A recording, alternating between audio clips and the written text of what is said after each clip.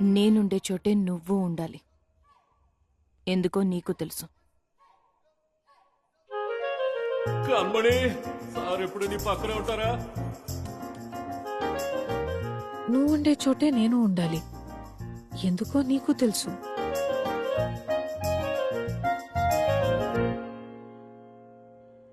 నేనుండాల్సిన చోటే నేనుండాలి. ఎక్కడ మీరిద్దరు ఉంటారో అక్కడే నేనుండాలని నాకు తెలుసు. కాని తానుండకూడదు.